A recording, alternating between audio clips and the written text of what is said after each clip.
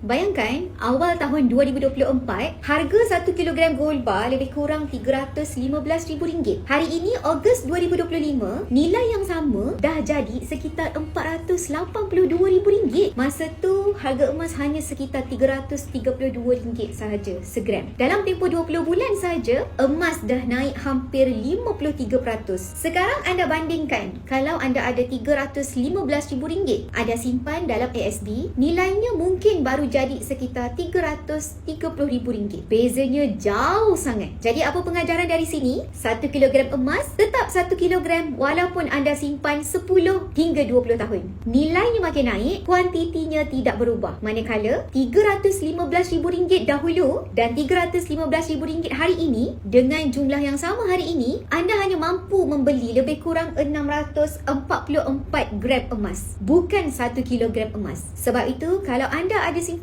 ratus ribu dalam bank, 100,000, 200,000 ataupun 1 juta sekalipun, jangan biar nilai duit tu terhakis. Tukarkan sebahagian kepada emas fizikal dan jadikan emas ini sebagai pelindung kekayaan anda. Kalau anda nak belajar strategi untuk simpan emas dengan betul dan konsisten, boleh terus follow saya. Ataupun anda nak bermula untuk simpan emas hari ini bersama Public Gold, boleh rujuk pin video saya ataupun terus hubungi Aisyah, saya bantu anda sebaiknya.